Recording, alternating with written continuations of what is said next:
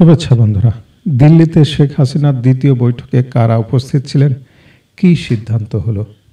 বাংলাদেশের রাজনীতিতে শেখ হাসিনার প্রয়োজনীয়তা অপরিসীম।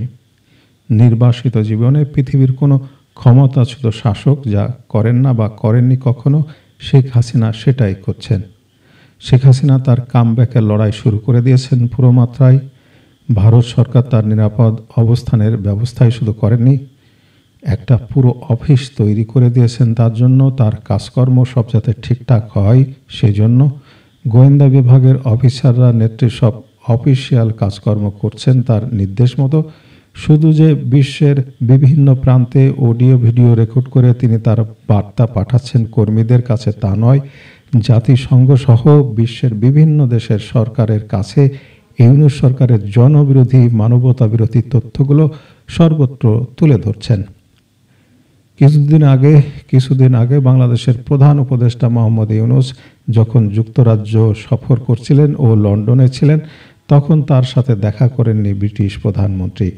এই দেখা না করার জন্য শেখ হাসিনা কিভাবে যুক্তরাজ্যের তাদের যে সমস্ত চ্যানেল সেগুলোকে তিনি কিভাবে সেই চ্যানেলগুলোর উপরে দায়িত্ব দিয়েছেন এবং কিভাবে চাপ সৃষ্টি করেছেন সেটা নতুন করে বলার অপেক্ষা রাখে না, সেটা বোঝা যায়।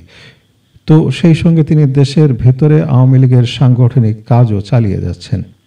আওয়ামী লীগের সাংগঠনিক জেলার সংখ্যা ৭৮টি। এই ৭৮টি সাংগঠনিক জেলার মধ্যে ৪-৫টি জেলা ছাড়া বাকি সব জেলার সঙ্গে নেত্রীর যোগাযোগ রয়েছে নিয়মিত। আন্দোলনের রূপরেখা নিয়ে তাদের প্রয়োজনীয় নির্দেশও তিনি দিয়ে যাচ্ছেন। তিনি যে চূড়ান্ত সংগ্রামের জন্য দৃঢ় প্রতিজ্ঞ সেটা তার এই সব কাজকর্মের মধ্য দিয়ে স্পষ্ট হয়ে যাচ্ছে। আগস্ট মাসটিতে আওয়ামী লীগ বর্তমান ইউনূস সরকারকে একটি বড় সড় জবাব দিতে তৈরি হচ্ছে, তার অনেকগুলো ইঙ্গিত মিলছে। এই ইঙ্গিত বাংলাদেশের ভেতরে বাইরে সর্বত্র পাওয়া যাচ্ছে। ভারতে বসে থাকা দলের নেতাকর্মীরা এতকাল চুপ করে বসেছিলেন, এখন গা ঝাড়া দিয়ে উঠছেন। এতকাল নেত্রীর সঙ্গে দলের নেতারা দেখা করতে পারতেন না নিরাপত্তার কারণে। ভারত সরকার খুব বড় একটা নিরাপত্তা বলায় রেখেছিলেন নেত্রীর চারপাশে। সম্প্রতি ভারত সরকার সেই নিরাপত্তা বেষ্টনীর কড়াকড়ি বেশ খানিকটা কমিয়ে দিয়েছেন, যার ফলে নেত্রীর সঙ্গে দলীয় সহকর্মীদের বৈঠক বাড়ছে।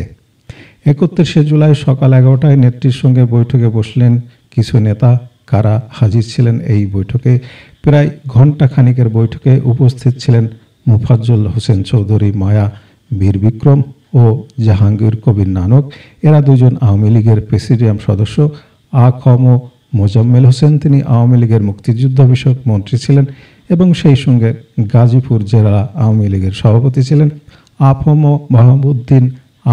বাহাউদ্দিন নাসিম দলের মুখ্য সাধারণ সম্পাদক, এস.এম. কামাল সাংগঠনিক সম্পাদক এবং আরেক সাংগঠনিক সম্পাদক সুজিত রায় নন্দী। এই মোট ৬ জন ছিলেন আজকের বৈঠকে। কি নিয়ে বৈঠক, বৈঠকে কি সিদ্ধান্ত হলো, জানতেই ভিডিওটি দেখতে থাকুন। অনেক বিষয়ই আজ আলোচনা হয়েছে, তবে যে বিষয়গুলি নিয়ে মুখ্যত আলোচনা হয়েছে সেগুলো এক এক করে বলছি। এক, ইউনূস সরকারের পতন ত্বরান্বিত করতে আন্দোলনের রূপরেখা আরও শক্ত করার লক্ষ্যে কি কি ব্যবস্থা নেওয়া প্রয়োজন সেই বিষয়টি নিয়ে আজ আলোচনা হয়েছে। দ্বিতীয় যে বিষয় সেটি হলো আন্দোলনের লক্ষ্যে দেশের মধ্যে থাকা নেতাদের মধ্যে কি কি দায়িত্ব পাবেন সেই দায়িত্ব বন্টনের কাজটাও আজকে অনেকটা হয়েছে, সেটা স্থির করে দেওয়া হয়েছে এবং বলা হয়েছে যে ভারতে অবস্থানকারী নেতাদের সঙ্গে যোগাযোগ করে তাদের ওপরেও এই বিভিন্ন কাজের যে দায়িত্ব দেয়া হলো সেগুলো তাদের জানিয়ে দেয়া এবং সেই মতো তাদের কাজ করা। এরপরে আলোচনা হয়েছে কেরানীগঞ্জের কারাগারে দলের নেতাদের একত্রিত করার পেছনে সরকারের কি উদ্দেশ্য, সেই সম্পর্কে দেশ ও শুধু দেশ নয় আন্তর্জাতিক মহলকেও সতর্ক করে দেয়া। বিষয়টি নিয়ে ভারত সরকার যে কড়া নজর রেখেছে সেটাও উঠে এসেছে আলোচনায়।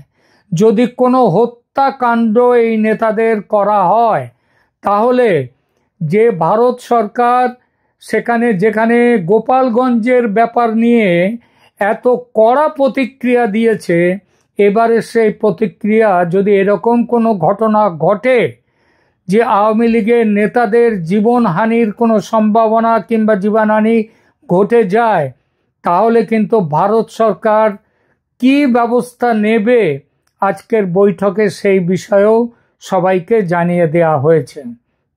এবং পঞ্চমত এবং শেষ সেটা হচ্ছে গভর্নমেন্ট ইন এক্সাইল বা নির্বাসিত সরকার গঠন করার বিষয়ে আজকেও আলোচনা হয়েছে।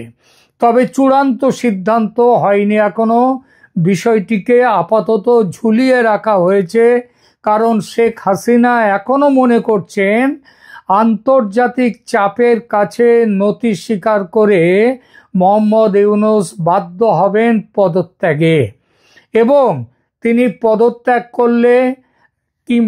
করলে তো ভালো, আর যদি তিনি পদত্যাগ করতে না চান তাহলে রাষ্ট্রপতি শাহাবুদ্দিন সাহেব তাকে ইউনূস সরকারকে ডিসমিস করে দেবেন, বাতিল করে দেবেন, এবং তারপর তার সামনে দুটি পথ খোলা। একটা হচ্ছে নির্বাচনে পরিচালনার উদ্দেশ্যে একটা কেয়ারটেকার সরকার তৈরি করা, যার মেয়াদ থাকবে মাত্র 3 মাস, এবং এই 3 মাসের মধ্যে ভোট পরিচালনা করে নির্বাচিত সরকারের হাতে ক্ষমতা তুলে দিয়ে সেই সরকার বিদায় নেবে। আর দ্বিতীয় যে বিকল্পটি রয়েছে সেটা হচ্ছে ইউনূসকে হটিয়ে দেশে জরুরি অবস্থা জারি করা। দুটি ব্যবস্থাই, এই জরুরি অবস্থা জারি করতে গেলে কি কি দরকার সেটাও বলেছি এর আগের ভিডিওতে, কালকের ভিডিওতে আমি বলেছি সে কথা। সেখানে দরকার হচ্ছে বাংলাদেশের সংবিধানের 9 ধারা উপধারায় সেখানটায় বলা হয়েছে যে রাষ্ট্রপতি দেশে জরুরি অবস্থা জারি করতে পারেন প্রধানমন্ত্রীর সুপারিশের ভিত্তিতে। প্রধানমন্ত্রী হিসেবে শেখ হাসিনা এখনো আছেন, তাকে দেশ থেকে হটিয়ে দেওয়া হয়েছে, গায়ের জোরে তাকে সরিয়ে দিয়ে ক্ষমতা দখল করা হয়েছে, কিন্তু আইন অনুযায়ী, বিধি অনুযায়ী তিনি এখনো দেশের প্রধানমন্ত্রী, কারণ তিনি কোনো পদত্যাগপত্র দিয়ে দেশ থেকে চলে যাননি। সুতরাং তাকে, শেখ হাসিনাকে দিয়ে নতুন করে সুপারিশপত্র জারি করে দেশে জরুরি অবস্থা জারি করাটা এটা কিন্তু বড় কোনো কাজ নয়। আর মনে রাখবেন, তেমন কোনো সম্ভাবনা হলে, তেমন কোনো পরিস্থিতি তৈরি হলে ক্ষমতা কিন্তু আসলে দেশ চালাবার ক্ষমতা কিন্তু শেখ হাসিনার হাতেই আসবে। যেটাই হোক না কেন, এই দুই বিকল্প ব্যবস্থা, কেয়ারটেকার গভর্নমেন্ট অথবা জরুরি অবস্থা জারি করা, এই দুটি ব্যবস্থাই আওয়ামী লীগের পক্ষে অনুকূল। এজন্যই নির্বাসিত সরকার গঠনে দেরি করছেন নেত্রী। এই অপেক্ষার আরও একটা বড় কারণ দেশকে গৃহযুদ্ধের হাত থেকে রক্ষা করা। সব মিলিয়ে যে সত্যটি আজ সকালের হঠাৎ ডাকা বৈঠক থেকে উঠে এলো, সেটা হলো প্রাথমিক স্থবিরতা কাটিয়ে পুরোপুরি অ্যাকশন মোডে এসে গেছেন জননেত্রী শেখ হাসিনা। জোরদার শুরু হয়েছে প্রত্যাঘাতের পালা এবার। আর এই প্রত্যাঘাত শুরু হতে কিংবা প্রত্যাঘাতের কথা কানে যেতেই রং পাল্টাতে শুরু করেছেন সরকার প্রধান ইউনূস এবং সেই সঙ্গে সেনা প্রধান ওয়াকারুজ্জামান। দুজনেই ভারতের কাছাকাছি হওয়ার জন্য একেবারে তোষামোদ শুরু করেছেন। ইউনূসের মুখে আর পুরনো ভারত বিরোধিতার সেই সব লম্বা চওড়া বুলি আর নেই, কারণ আমেরিকার কাছে নিজেদের বিকিয়ে দিতে গিয়ে চীনের বিষ নজরে পড়ে গেছেন মোহাম্মদ ইউনূস। আর ইউনূসের উপদেষ্টাদের মুখেও এখন আর চীনের কথা শুনবেন না, তাদের মুখে কুলুপ পড়ে গেছে। আর সেনাপ্রধান জনাব ওয়াকারুজ্জামান, নির্ভরযোগ্য সূত্র বলছে ভারতীয় সেনাপ্রধানকে ফোন করে তিনি জানিয়েছেন যে গোপালগঞ্জে গুলি চালানোর হুকুম তিনি দেননি, সেটা দিয়েছে যশোর ক্যান্টনমেন্টের দায়িত্বপ্রাপ্ত মেজর জেনারেল। এর মানেটা কি? মানে হলো ওরা ভয় পেয়েছে। এখন দেখা যাক আগস্ট মাস শেষ পর্যন্ত কি আশীর্বাদ নিয়ে আসে বাংলাদেশের জন্য। দেখা যাক সেটা আশীর্বাদ না অভিশাপ। কারণ আবার বলছি, রাজনীতিতে চূড়ান্ত কথা বলে কিছু হয় না। রাজনীতি সব সময় পরিবর্তনশীল। সুতরাং আশীর্বাদ না অভিশাপ, সেটা আছে ভবিষ্যতের গর্ভে। ধন্যবাদ বন্ধুরা, অনেক অনেক ভালো থাকুন।